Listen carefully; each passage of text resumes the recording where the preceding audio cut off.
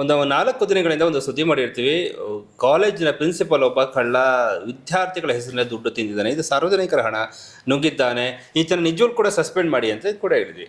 ಹಾಗೆ ಮಾತಾಡ್ತಾ ಸ್ವಲ್ಪ ಆಕ್ರೋಶದಲ್ಲೂ ಕೂಡ ನಾವು MLA ಗಳಿಗೆ ಹೇಳಿದ್ವಿ, ಸರ್ ನೀವು ನಿಜವಾದ ಹೀರೋ, ಟ್ರೂ ಲೀಡರ್ ಆದರೆ ಇದೂ ಕೂಡ ಒಂದು ಕೆಲಸ ಮಾಡಿ ಅಂತ ಕೂಡ ಹೇಳಿದ್ವಿ. ಚಾಮರಾಜ ಕ್ಷೇತ್ರದ ಹರೀಶ್ ಕೋಟ್ರು ಹೆಸರು ಕೂಡ ನಾವು ಹೇಳಿದ್ವಿ. ವಿದ್ಯಾರ್ಥಿನಿಯರ ಹಣವನ್ನ ಲೂಟಿ ಮಾಡಿರ್ತಕ್ಕಂತಹ ಅಂಡರ್ ಬೇವರ್ಸಿ ಸೋಮಣ್ಣ. ಸೊ ಹಾಗೆ ಇವತ್ತು ರಿಸಲ್ಟ್ ಏನಾಗಿದೆ ಅಂತಂದ್ರೆ, ಆ ಸೋಮಣ್ಣ ಅನ್ನುವಂಥದ್ದು ವಿದ್ಯಾರ್ಥಿಗಳ ಹಣವನ್ನು ನುಂಗಿದಂಥ ಸೋಮಣ್ಣ ಎನ್ನುವನ್ನ ಸಸ್ಪೆಂಡ್ ಮಾಡಿದ್ದಾರೆ. ವಿಪರ್ಯಾಸ ಏನು ಗೊತ್ತಾ, ಇನ್ನೊಂದು ವಾರ ಆಗಿದ್ರೆ ಅವ್ನಿಗೆ ರಿಟೈರ್ಮೆಂಟ್ ಸಿಕ್ಬಿಡ್ತಾ ಇತ್ತು, ಆರಾಮಾಗಿ ದುಡ್ಡು ಎಣಿಸ್ಕೊಂಡು ಮನೇಲಿ ಇರ್ತಾ ಇದ್ದ. ಇವಾಗ ಅದಕ್ಕೆಲ್ಲ ಕತ್ರಿ ಬಿದ್ದುಬಿಡ್ತು. ಅಂಥ ಒಂದು ಕೆಲಸ ಮಾಡಿದ್ದು, ಅಂಥ ಒಂದು ಭ್ರಷ್ಟನ ವಿರುದ್ಧ ನೋಡಿ, ಕೆಲವರು ಹೇಳ್ತಾರೆ ಹೋರಾಟಗಾರರು ಮಾರಾಟಗಾರರು. ಹಾಗಾಗಿ ಅರವಿಂದ್ ಶರ್ಮಾ ಹೋರಾಟಗಾರರು ಮೊದಲಿಂದ ಕೂಡ ನಾನು ನೋಡ್ಕೊಂಡು ಬಂದಿದ್ರಿ, ಅವ್ರ ಮೇಲೆ ಯಾವುದೇ ರೀತಿಯಾದ ಅಪವಾದಗಳು ನಮ್ಮಲ್ಲೂ ಇಲ್ಲ. ಹಾಗಾಗಿ ಒಂದು ವಿಚಾರವನ್ನು ತಗೊಂಡು ಬಂದಾಗ ಬಗ್ಗೆ ಕೂಲಂಕುಷವಾಗಿ ಪರಿಶೀಲನೆ ಮಾಡಿ ಎಸ್ ಇದು ಸತ್ಯಾಸತ್ಯತೆ ಅಂತಂದಾಗ ಅವರು ನೇರವಾಗಿ ರೈಟ್ ನ್ಯೂಸ್ಗೂ ಬರ್ತಾರೆ. ಹಾಗೆ ಬೇರೆ ಬೇರೆ ಮಾಧ್ಯಮಕ್ಕೂ ಹೋಗಿದ್ದಾರೆ. ನಾನು ಎಲ್ಲ ಮಾಧ್ಯಮಕ್ಕೂ ಕೂಡ ನಾನು ಥ್ಯಾಂಕ್ಸನ್ನು ಹೇಳ್ತೀನಿ. ಯಾರು ಟೆಲಿಕಾಸ್ಟ್ ಮಾಡಿದ್ರು, ಆಮೇಲೆ ಇಂಡೈರೆಕ್ಟಾಗಿ ಯಾರ್ಯಾರು ಕೆಲಸ ಮಾಡಿದರೆ ಇದಕ್ಕೆ, ಸೊ ಇಂಡೈರೆಕ್ಟ್ ಯಾರು ಒತ್ತಡ ತಂದು ಅವನ್ನ ಸಸ್ಪೆಂಡ್ ಮಾಡಿದ್ರು, ಅದಕ್ಕೆ ಮೂಲ ಕಾರಣ ದಾಖಲೆಗಳನ್ನು ಪೇಷನ್ಸಿಂದ ತೆಗೆದು ಆ ದಾಖಲೆಗಳ ಸಮೇತ ಪ್ರಚಾರ ಮಾಡಿಸಿದ್ದು ಅರವಿಂದ್ ಶರ್ಮಾ ಅವರು. ಏನು ಹೇಳ್ತೀರಾ? ನಮಸ್ತೆ. ಈಗ ನಾವು ಈ ಸೋಮಣ್ಣನ ವಿಚಾರದಲ್ಲಿ ಸುಮಾರು 22ನೇ ಇಸ್ವಿ 2022ನೇ ಇಸ್ವಿಯಿಂದ ಕೂಡ ನಾನು ನೋಡ್ಕೊಂಡು ಬಂದಿದ್ದೀನಿ. ಈತ ತುಂಬಾ ಆರೋಗ್ಯಂಟ್ ಇರ್ತಕ್ಕಂಥ ವ್ಯಕ್ತಿ. ಕನಿಷ್ಠ 1.25 ಲಕ್ಷ 2 ಲಕ್ಷ ರೂಪಾಯಿ ಸಂಬಳ ಬರ್ತಿದೆ ಈತನಿಗೆ. ಸೋಮಣ್ಣ, ನಿನ್ನ ಹೆಂಡತಿ ಮಕ್ಳಿಗೆ ಮಾನ ಮರ್ಯಾದೆ ಬೇಡವಾ? ಮಕ್ಕಳ ದುಡ್ಡು ತಿಂತಾರ ಸರ್, ಇದು ಒಂದಕ್ಕೂ ಬಿಲ್ ಕೊಟ್ಟಿಲ್ಲ ಸರ್ ಈತೊಂದು ದುರಾಂಕಾರ. ಪಾಠ ಹೇಳುವಂತ ಮೇಷ್ಟ್ರು ಇವನು ಯಾವ ಪಾಠ ಹೇಳ? ಇವನು ಯಾವ ಪಾಠ ಹೇಳಕ್ ಬರುತ್ತೆ ಸರ್? ಇಷ್ಟೊಂದೆಲ್ಲ ಕ್ರೂರತೆ ಮನಸ್ಸಿನಲ್ಲಿ ತುಂಬ್ಕೊಂಡಿರ್ಬೇಕಾರೆ ಆ ಸ್ಥಾನಕ್ಕೆ ಹೋಗ್ಬೇಕಾದ್ರು ಕೂಡ ಯಾವ ಮಾರ್ಗ ಹುಡ್ಕೊಂಡು ಹೋಗಿರ್ತಾನೆ. ಹುಡುಕ್ದಲ್ಲೇ ಇರ್ತಾರ. ನೆನ್ನೆ ಪ್ರಶ್ನೆ ಬಂತು, ಈಗ ರೀಸೆಂಟ್ ಆಗಿ ಏನವೇ ಮೊಟ್ಟೆ ಕಳ್ತನ ಮಾಡಿರೋರ್ ಮೇಲೆ ಮೊಟ್ಟೆ ಕಮ್ಮಿ, ಅರ್ಧ ಮೊಟ್ಟೆ ಕಮ್ಮಿ ಕೊಟ್ರು ಅಂತ ಸಸ್ಪೆಂಡ್ ಮಾಡ್ಬಿಟ್ರು ಅಂತ. ಯಾರನ್ನ? ಯಾವ್ದೋ ಸ್ಕೂಲಲ್ಲಿ ಬೇರೆ ವಿಚಾರದಲ್ಲಿ ಅರ್ಧ ಮೊಟ್ಟೆ ಕಮ್ಮಿ ಮಾಡಿದ್ರು ಅಂತ ಸುಮ್ಮನೆ ಯಾರೋ ಮಾತಾಡ್ತಾ ಇದ್ರು. ಅಲ್ಲ ಸರ್, ಅರ್ಧ ಮೊಟ್ಟೆ ಕಮ್ಮಿ ಮಾಡಿದ್ರೆ ಇಮಿಡಿಯೇಟ್ ಸಸ್ಪೆಂಡ್ ಮಾಡಿದ್ರು. ಇವನ್ ಯಾಕೆ ಮಾಡಲಿಲ್ಲ, ಇಷ್ಟೊಂದು ಟೈಮ್ ಬೇಕಾ ಅಂತ ನಾನಂದೆ. ಇಷ್ಟು ದಿನದ ಹೋರಾಟಗಳು ನಿಮ್ಗೆ ಇದು ಸುಮಾರು 2-3 ವರ್ಷದಿಂದ ನಡೀತಾನೆ ಇದೆ. ಅವನು ಕೋವಿಡ್ ಸಮಯದಲ್ಲಿ ಶುರು ಮಾಡಿ ಎಷ್ಟು ದಿನ ಆಯ್ತು ಸಾರ್? ಸುಮಾರು 2 ವರ್ಷ ಆಯ್ತು. ನನ್ನ ಮಾಹಿತಿಯ ಕಲ್ದು ಬರೀ ಸುಳ್ಳು ಉತ್ತರಗಳು ಸಾರ್. ನಾನು ಅಪೀಲ್ ಹೋಗೋದು ಬರೀ ಇದೇ ಕತೆಗಳು. ನನ್ನ ಹತ್ರ ಇಷ್ಟು ಡಾಕ್ಯುಮೆಂಟ್ಸ್ ಗಳಿದಾವೆ. ನನಗೂ ಸಾಕಾಗ್ಬಿಟ್ಟು ಸುಮ್ನ ಆಗ್ಬಿಟ್ಟೆ ಇವನ್ ಅವತಾರಗಳನ್ನೆಲ್ಲ ನೋಡ್ಬಿಟ್ಟು.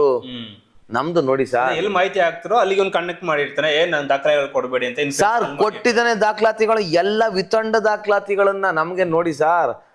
ನಾವು ಈತನ ಹತ್ರ ಯಾವುದೇ ರೀತಿಯ ಬೇರೆ ತರ ಮಾಹಿತಿಯಕ್ಕೂ ಹೋರಾಟಗಾರ ಅಲ್ಲ ನಾವು, ಆಯ್ತಾ? ನಮ್ದೇ ಆದಂತ ವೈಯಕ್ತಿಕ ಸಮಸ್ಯೆಗಳು, ವೈಯಕ್ತಿಕ ಬದುಕುಗಳು ಇರ್ತವೆ. ಸಿಕ್ಕಾಪಟ್ಟೆ ನಮ್ಗೆಲ್ಲ ಇದನ್ನ ಸಮಯ ಕೊಟ್ಕೊಂಡು ಕೂತ್ಕೊಳಕ್ ಆಗೋದಿಲ್ಲ. ನಂದು ವೈಯಕ್ತಿಕ ಆರೋಗ್ಯ, ಬದುಕು ಸಮಸ್ಯೆಗಳು, ಆರ್ಥಿಕ ಸಮಸ್ಯೆ, ನಂದು ಜೀವನ ಎಲ್ಲ ಇದಾವೆ.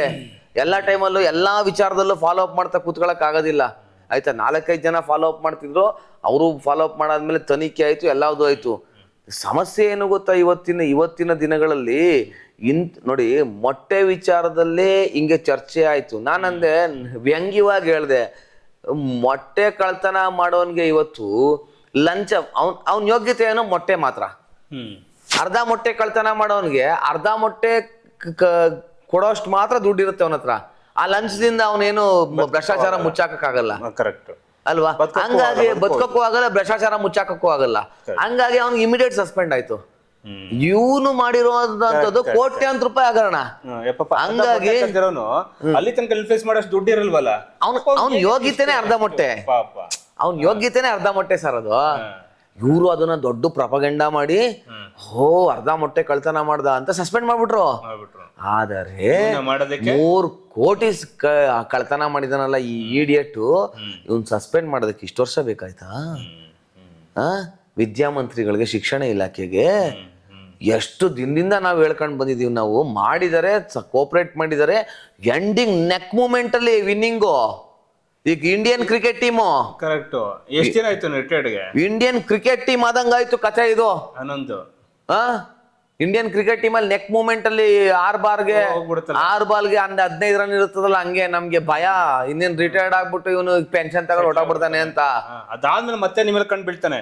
ದುಡ್ಡೆಲ್ಲ ಮತ್ತೆ ಬಂದಿರುತ್ತೆ, ಸೆಟ್ಲ್ ಆಗಿರುತ್ತಲ್ಲ, ಮಗ ನಾನಿದ್ದಾಗ ನನ್ನ ಬಗ್ಗೆ ಸುದ್ದಿ ಮಾಡ್ತಾ ನೀವು ಬಿಟ್ಟು ನಿಮ್ಮ ಬಗ್ಗೆ ಕಂಡ್ಬಿಡ್ತಾನೆ ಮತ್ತೆ. ಹಂಗೆ ಇನ್ವೇಸ್ ಈ ತರದವ್ರು ಎಷ್ಟೋ ದಾಖಲೆಗಳನ್ನ ನೀವು ತೆಗೆದ ನಂತರ ನಿಮ್ಗೆ ಬೇರೆ ಫೋನ್ಗಳು ಬರಲ್ವಾ? ಸರ್ ಬಂತು ಫೈಟ್ ಮಾಡ್ತಾ ಇರ್ತದೆ. ಇವಾಗ ನೀವು ತಂದ ದಾಖಲೆಗಳು 2 ವರ್ಷದ ಹೋರಾಟ, ನೀವು ಅದಕ್ಕೊಂದಷ್ಟು ಖರ್ಚು ಮಾಡಿದ್ದೀರಾ, ಟೈಮ್ ವೇಸ್ಟ್ ಮಾಡಿದ್ದೀರಾ, ನಿಮ್ಮ ಲೈಫು ಕಳ್ಕೊಂಡಿದ್ದೀರಾ, ಇಷ್ಟೆಲ್ಲ ಮಾಡಿ ಹೋರಾಟ ಮಾಡ್ಕೊಂಡು ಬಂದು ಕೊನೆಗೆ ಈ ಥರ ಸಸ್ಪೆಂಡ್ ಆಗ್ತಾನೆ. ಓಕೆ, ಖುಷಿ ಆಯಿತು. ಸಸ್ಪೆಂಡ್ ಆಗಲಿಲ್ಲ, ಒಂದು 10-12 ದಿನಕ್ಕೆ ಅವನು ರಿಟೈರ್ಮೆಂಟ್ ತೊಗೊಂಡ್ಬಿಟ್ಟು ಸೆಟ್ಲ್ ಆಗ್ಬಿಟ್ಟಿದ್ರೆ ನಮ್ಮ ಹೋರಾಟಕ್ಕೆ ಏನು ಬೆಲೆ ಬರ್ತಾ ಇತ್ತು? ಮತ್ತೆ ಏನು ಹೋರಾಟ ಮಾಡ್ಬೇಕಾಯ್ತು ನೆಕ್ಸ್ಟ್ ನಾವು ಅಂತ? ಈಗ ಕೂಡ ಅದೇ ಫೀಲ್ಡಲ್ಲೇ ಇರೋರು. ಈಗ ಈ ಹೋರಾಟದಿಂದ ಬರೀ ನಾನು ಒಬ್ಬನೇ ಅಲ್ಲ, ಈಗ ಹಲವಾರು ಹಿರಿಯರಿದ್ದಾರೆ, ಅನುಭವಿಗಳು ಇದ್ದಾರೆ, ಬೇರೆಯವರು ಎಲ್ಲ ಕೈ ಜೋಡಿಸಿದ್ದಾರೆ. ಈಗ ಮಾಜಿ ಮಹಾನಗರ ಪಾಲಿಕೆ ಸದಸ್ಯರಾದಂಥ ನಾಗಭೂಷಣ ಅವರು ಕೂಡ ಈ ನಾಗಭೂಷಣ ಅವರು ಕೂಡ ಈ ಹೋರಾಟದಲ್ಲಿ ಇದ್ದಾರೆ. ಅವರು ಕೂಡ ಭಾಳಷ್ಟು ಈ ವಿಚಾರದಲ್ಲಿ ಕೆಲಸ ಮಾಡಿದ್ದಾರೆ. ಆಯ್ತಾ, ಅವರು ಬೆಂಗಳೂರಿಗೆ ಹೋಗಿ ಈತನ ಫೈಲ್ ಪುಟಪ್ ಮಾಡಿಸಿ ಎಲ್ಲದನ್ನು ಮಾಡಿದ್ದಾರೆ.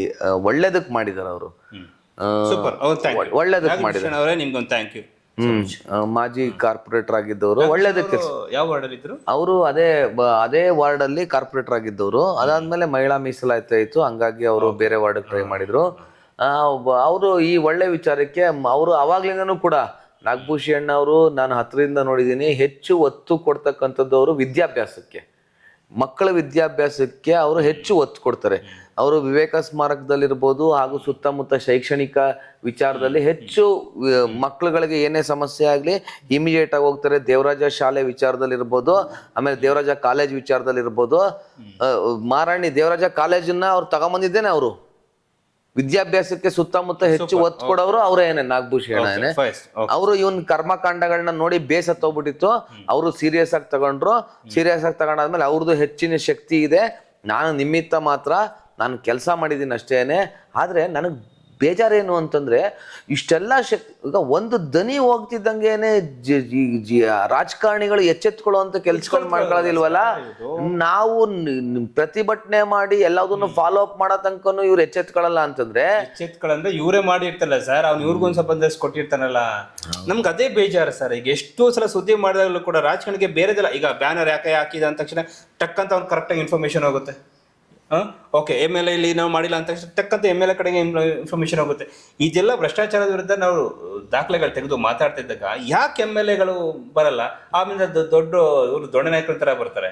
ಈಗ ನೋಡಿ, ಮೈಸೂರು ಮಹಾನಗರ ಪಾಲಿಕೆ ಇರ್ಬೋದು ಹಾಗೂ ಹಲವಾರು ಇಲಾಖೆಗಳಿರ್ಬೋದು, ನಾವೇನಾದ್ರು ದನಿ ಎದ್ದಂತ ಸಂದರ್ಭದಲ್ಲಿ ಹೈಕೋರ್ಟ್ ಹೊರಟೋಗ್ಬಿಡ್ತಾರೆ.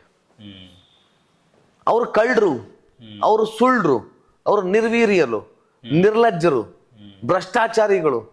ಆಯ್ತಾ, ಕರೆಕ್ಟ್. ಅವರು ಭ್ರಷ್ಟಾಚಾರದ ಕೂಪ. ಹೌದು, ಹೆಂಗಾರು ಮಾಡಿ ಸುಳ್ಳು ಕೇಸ್ ಹಾಕ್ಸಿದ್ರು ಕೂಡ ನಾವು ಬೆಂಗಳೂರು ಟು ಮೈಸೂರು ಅಲ್ಕಂಡ್ ಸಾಯ್ಬೇಕು. ಅದನ್ನ ಸತ್ಯ ಅಂತ ಹೇಳೋಷ್ಟು ಟೈಮ್ನಲ್ಲಿ ನಮ್ದು ಟೈಮು, ದುಡ್ಡು ಎಲ್ಲವೂ ಕೂಡ ವೇಸ್ಟ್ ಆಗಿರುತ್ತೆ. ದಾಖಲೆಗಳನ್ನ ಹಿರಿಯರ ಅಧಿಕಾರಿಗಳು ಅವ್ರವರೇ ನುಂಗ್ಬಿಡ್ತಾರೆ. ದೊಡ್ಡ ಅಧಿಕಾರಿಗಳು ನೋಡಿ, ಪಾಯಿಂಟ್ ಬರೋದ್ರೆ ಅರವಿಂದ್ ಶರ್ಮರೇ, ನಾವೇನು ಒಬ್ಬ ಕಳ್ಳ ಅಂತ ಹೇಳ್ಬಿಟ್ಟು ಸುದ್ದಿ ಮಾಡ್ತೀವಿ. ಅದನ್ನ ಆಕ್ಷನ್ ತಗೋಬೇಕಾದ್ರೂ ಮೇಲಧಿಕಾರಿ. ನಾವು ಮಾಡೋ ಮೊದಲನೇ ತಪ್ಪು ಏನು ಅಂತಂದ್ರೆ, ಮೇಲಧಿಕಾರಿ ಇವನ್ ಬಗ್ಗೆ ಕ್ರಮ ತಗೊಳ್ತಾನೆ ಅಂತ ಅನ್ಕೊಂಡು ಸುದ್ದಿ ಮಾಡ್ಬಿಟ್ಟು ನಾನು ಅವ್ರಿಗೆ ದಾಖಲೆಗಳು ಕೊಡ್ತೀವಲ್ಲ, ಅದು ನಾವು ಮಾಡೋಂಥ ಮುಟ್ಟಾಳತನ. ಅದು ನನ್ನ ವಿಚಾರದಲ್ಲಿ ಸಿಕ್ಕಾಬಿಡೆ ಹಂಗಾಗಿದೆ. ಅದು ಕೆಲವೇ ಕೆಲವು 4-5 ಜನ ಅಧಿಕಾರಿಗಳು ಬಿಟ್ರೆ ಇನ್ನೆಲ್ಲವೂ ಕೂಡ ರಾಸ್ಕಲ್ಗಳೇ. ಸರ್ಕಾರದ ಕೆಲಸ ದೇವರ ಕೆಲಸ ಅಂತ ಹೇಳ್ತೇವೆ. ದೇವ್ರಂದ್ರೆ ಯಾರು? ನಾವು ನೀವು ಅಂದ್ರೆ ಓಟ್ ಹಾಕ್ತಾರಲ್ವಾ, ನಾವು ತಾನೇ ಸರ್ಕಾರ ದೇವರು. ನಮ್ಮಂತ ದೇವ್ರಗಳಿಗೆ ಮೋಸ ಮಾಡ್ತಾರೆ ಅಂತ ಅಂದ್ಮೇಲೆ ಇವ್ರುಗಳಿಗೆ ಹೆಂಗೆ ಕ್ಯಾಕಸಿ ಹೋಗಿಬೇಕು, ಹೆಂಗ್ ಕತ್ತರಿ ಪಟ್ಟಿ ಹಿಡಿದು ಹೊಡಿಬೇಕು ಹಂಗಾರೆ ಇವ್ರಿಗೆ? ಇವರೇ ನಮ್ಮ ಮೇಲೆ ಕೇಸ್ ಹಾಕ್ಸೋದಾಗಿದ್ಮೇಲೆ, ಇವ್ರನ್ನೇ ಸಾಕೋದಾಗಿದ್ಮೇಲೆ ಅಂತ MLA ಅಂತ ನಾಲಾಯಕು ಇಡಿಯಟ್ಟು ಕಚಡಗಳು ಯಾಕೆ ಬೇಕು ನಮ್ಗೆ? ಯಾಕೆ ಅವ್ನಿಗೆ ನಮಸ್ಕಾರ ಮಾಡ್ಬೇಕು ಅಂತ ಅನ್ಸ್ಬಿಡುತ್ತೆ. ಇಲ್ಲಿ ನೋಡಿ, ನಾನು ಈ ವಿಚಾರದಲ್ಲಿ ದನಿ ಎತ್ತಿ ಸುಮಾರು 22-23ನೇ ಇಸ್ವಿಯಿಂದ ಅರ್ಜಿಗಳು ಹಾಕೊಂಡು ನಾವು ದೂರರ್ಜಿ ಕೊಟ್ಕೊಂಡು ಬಂದ್ವಿ. ದಾಖಲಾತಿಗಳನ್ನ ನೀಟಾಗಿ ಒದಗಿಸ್ಲಿಲ್ಲ. ದಾಖಲಾತಿಗಳನ್ನ ತಿರುಗಿಸಿ ಮರುಗಿಸಿ ಏನೇನೋ ಮಾಡಿದ್ರು. ಅದಾದ್ಮೇಲೆ ತನಿಖೆ ಆಗ್ಲಿ ಅಂತ ಕೊಟ್ವಿ. ಆಮೇಲೆ ರಶ್ಮಿ ಮಹೇಶ್ ಅವರು ನೀಟಾಗಿ ತನಿಖೆ ಮಾಡಿಸೋ ತನಕನು ಇವರು ಬಗ್ಲಿಲ್ಲ. ಇವರು ರಶ್ಮಿ ಮಹೇಶ್ ಅವರು ಪ್ರಧಾನ ಕಾರ್ಯದರ್ಶಿಗಳು ಶಿಕ್ಷಣ ಇಲಾಖೆನಲ್ಲಿ. ಆಯ್ತಾ, ಬಹಳ ಗುಡ್ ಲೇಡಿ, ಒಳ್ಳೆ ವರ್ಕ್ ಇದ್ದಾರೆ, ಒಳ್ಳೆ ವರ್ಕರ್ ಇದ್ದಾರೆ. ಅವರು IAS ಆಫೀಸರು. ಭರತ್ ಅವರು IAS ಆಫೀಸರು. ಅವರು ಕೂಡ ಸ್ಟ್ರಿಕ್ಟ್ ಆಕ್ಷನ್ ತಗೊಂಡ್ರು ಈ ವಿಚಾರದಲ್ಲಿ. ಫೈಲ್ ಬಿಲ್ಡಪ್ ಮಾಡ್ಬಿಟ್ಟು CM to EO education minister ತನಕ ಕಳೆದು ಅಲ್ಲಿ ಪೆಂಡಿಂಗ್ ಆಯ್ತು.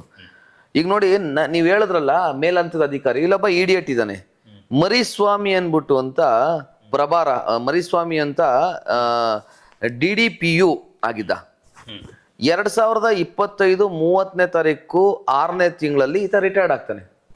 ಆಯ್ತಾ, ಕರೆಕ್ಟಾಗಿ ತಿಳ್ಕೊಳ್ಳಿ, 30ನೇ ತಾರೀಕು 6ನೇ ತಿಂಗಳು 2025ಕ್ಕೆ ರಿಟೈರ್ಡ್ ಆಗ್ತಾನೆ. ಆಯ್ತಾ, ಈ 3 ದಿನದಿಂದ 27/6/2025ಕ್ಕೆ ಬೇಬಾಕಿ ದೃಢೀಕೃತ ಪ್ರತಿ ಅಂದರೆ NOC ಕೊಡ್ತಾನೆ.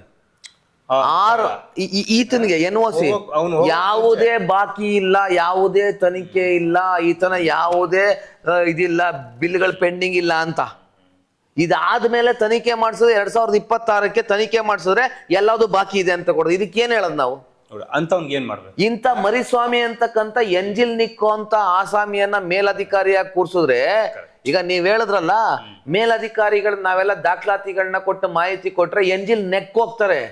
ಇವ್ರು ಕೆಳಗಡೆ ಭ್ರಷ್ಟಾಚಾರ ಮಾಡಿರೋರು ಬೂಟ ನೆಕ್ಕಿ ಕಕ್ಕ ನೆಕ್ಬಿಟ್ಟು ಹೋಗ್ತಾರೆ. ಇವರು ಈ ಕಕ್ಕ ನೆಕ್ಬಿಟ್ಟು ಹೋಗುವಂತ ಅಧಿಕಾರಿಗಳನ್ನ ಕೂರ್ಸಿದ್ಮೇಲೆ ಬ್ರಿಟಿಷರು ಇದ್ರೇನಂತೆ ಹೋದ್ರೇನಂತೆ 2ನೇ ಬ್ರಿಟಿಷರುಗಳು ಇಲ್ಲಿ ಕೂತಿರ್ಬೇಕಾರೆ, ಆಯ್ತಾ, ನಾವು ಸ್ವತಂತ್ರ ಮಹಾಸಂಗ್ರಾಮವನ್ನ ಮಾಡಿದ್ರೆಷ್ಟು ಬಿಟ್ರೆಷ್ಟು. ಕರೆಕ್ಟ್. ಈಗ ರವೀಂದ್ರ ಶರ್ಮಾ ನೀವು ಹೇಳಿದ್ರಿ, ಅವರು ಸುಳ್ಳು ಮಾಹಿತಿ ಕೊಟ್ಬಿಟ್ಟು ಹೋದ ಅಂತ. ಈಗ ಇವ್ನು ಸಸ್ಪೆಂಡ್ ಆದ, ಅವನ್ಗೆ ಶಿಕ್ಷೆ? ತನಿಖೆ ಆಗ್ಬೇಕು. ನಮ್ ದುಡ್ಡು ಹಾಳು ಮಾಡಕ್ಕಂದಲ್ಲ, ಆ ಕಳ್ಳಗೆ ಏನ್ ಶಿಕ್ಷೆ? ಅವ್ನ ಹೆಂಡತಿ ಮಕ್ಕಳು ಇವರೆಲ್ಲ ಈ ಕಾರ್ಯಕ್ರಮಗಳನ್ನ ನೋಡಿದಾಗ ಏನು ಹೋಗಿಬೇಕಾ ಕ್ಯಾಕರಿಸಿ ಹಂಗಾರ? ಈಗ ನಾ ಇನ್ನೇನ್ ಹೇಳೋದು ಅಂತ ಹೇಳ್ತಾರೆ, ದೊಡ್ಡ ಹುದ್ದೆನಲ್ಲಿ, ದೊಡ್ಡ ಹುದ್ದೆ ಮಾತ್ರಕ್ಕೆ ನೀನ್ ಕಳ್ತನ ಮಾಡ್ಬೋದೇನಪ್ಪ? ಸರ್ಕಾರ ಕೆಲಸ ದೇವ್ರ ಕೆಲಸ ಅಲ್ವಾ? ದೇವ್ರ ಕೆಲಸಕ್ಕೆ ನೀನು ಕಳ್ತನ ಮಾಡಿದ್ದೆ ಅಂದಮೇಲೆ ನಾವು ಹಿಂಗ್ ಮಾತಾಡಬಾರ್ದ? ಅಂತ ಅಧಿಕಾರಿಗಳು ಹೆಚ್ಚಿನ ಸಂಖ್ಯೆನಲ್ಲಿ ನಮ್ಮ ಕರ್ನಾಟಕದಲ್ಲಿ ಇದ್ದಾರೆ, ದೊಡ್ಡ ದೊಡ್ಡ ಹುದ್ದೆನಲ್ಲಿ ಇದ್ದಾರೆ. ಆ ದೊಡ್ಡ ಹುದ್ದೆನಲ್ಲಿ ಇರೋರೆ ಈ ದಾಖಲೆ ಕೊಡ್ತೀವಲ್ಲ ನಾವು, ನೋಡಿ ಸಹಿತ ದಾಖಲೆ ಇದೆ, ನಿಮ್ಮ ಕೆಳಂತ ಅಧಿಕಾರಿ ಹಿಂಗೆ ಕೆಲಸ ಮಾಡ್ದ ಅಂತ, ಅದನ್ನ ಹೆಂಗ್ ಬೇಕಂತ ತಿರ್ಚ್ತಾರೆ, ತಿರ್ಚಿಬಿಟ್ಟು ಮತ್ತೆ ಇವನ್ನ ಸೇಫ್ ಮಾಡ್ತಾರೆ. ಸೇಫ್ ಮಾಡ್ತಾರೆ ಅಂದ್ರೆ ಇವ್ರಿಗೆ ಎಂಜಿಲ್ ಕಾಸು ಸಿಗುತ್ತಲ್ಲ, ನಿಂತಿರ್ತಾರೆ, ಕಕ್ಕ ತಿಂದಿರ್ತಾರೆ. ಸೊ ಕೊನೆಗೆ ಇವ್ನು ಸಸ್ಪೆಂಡ್ ಆದ. ಈಗ ನಾವು ಓಡಾಡಿರ್ತೀವಲ್ಲ ಸರ್, ಎಷ್ಟೊಂದು ಟೈಮ್ ವೇಸ್ಟ್ ಮಾಡ್ಕೊಂಡು, ಕೆಲವೊಂದ್ಸಲ ಸುಳ್ಳು ಕೇಸ್ ಹಾಕಿರ್ತಾರೆ, ಸುಳ್ಳು ಕೇಸ್ಗಳು ಅಡ್ವೊಕೇಟ್ ಇಟ್ಕೊಂಡು ಓಡಾಡಿರ್ತೀವಲ್ಲ, ನಮ್ಗೆ ನೆಕ್ಸ್ಟ್ ಬೇಡ. ಅವಾಗ ಈ ವಿಚಾರ ಗೊತ್ತಾದಾಗ ಒಬ್ಬ MLA MP ಗಳು ನಮ್ಗೆ ಕಾಲ್ ಮಾಡಿ, ಏನಪ್ಪ ನಮ್ಮ ಕ್ಷೇತ್ರದಲ್ಲಿ ನಮ್ಮ ಓಟ್ ಹಾಕಿದ ಜನಗಳಿಗೆ ಇವನು ಮೋಸ ಮಾಡಿದಾನ ಅಂತ ಒಂದು ದಿನ ಕರ್ಸ್ಕೊಳ್ಳಲ್ವಲ್ಲ ಸರ್ ಇವರು ರಾಸ್ಕಲ್ಗಳು? ಇವರೆಲ್ಲ ಟ್ರೂ ಲೀಡರ್ ಅಂತ ಓಡಾಡ್ತಾರಲ್ಲ ಸರ್, ದೊಣ್ಣೆ ನಾಯಕ ಅಂತ ಓಡಾಡ್ತಾರಲ್ಲ ಸರ್, ನಮ್ಗೆ ಸಿಟ್ಟು ಬರಲ್ಲ ಸರ್ ಅಲ್ಲಿ? ಯಾರು ಸರ್ ಹಂಗಾರೆ? ಅದು ಇದನ್ನೆಲ್ಲ ನಾವು ಪ್ರಚಾರ ಮಾಡ್ತಾ ಇದ್ದಾಗಲೂ ಕೂಡ ಇದೇ ಜನ ಮತ್ತೆ ಅವನಿಗೆ ಓಟ್ ಹಾಕಿದರೆ ನಾವು ಯಾರಿಗೋಸ್ಕರ ಫೈಟ್ ಮಾಡೋಣ?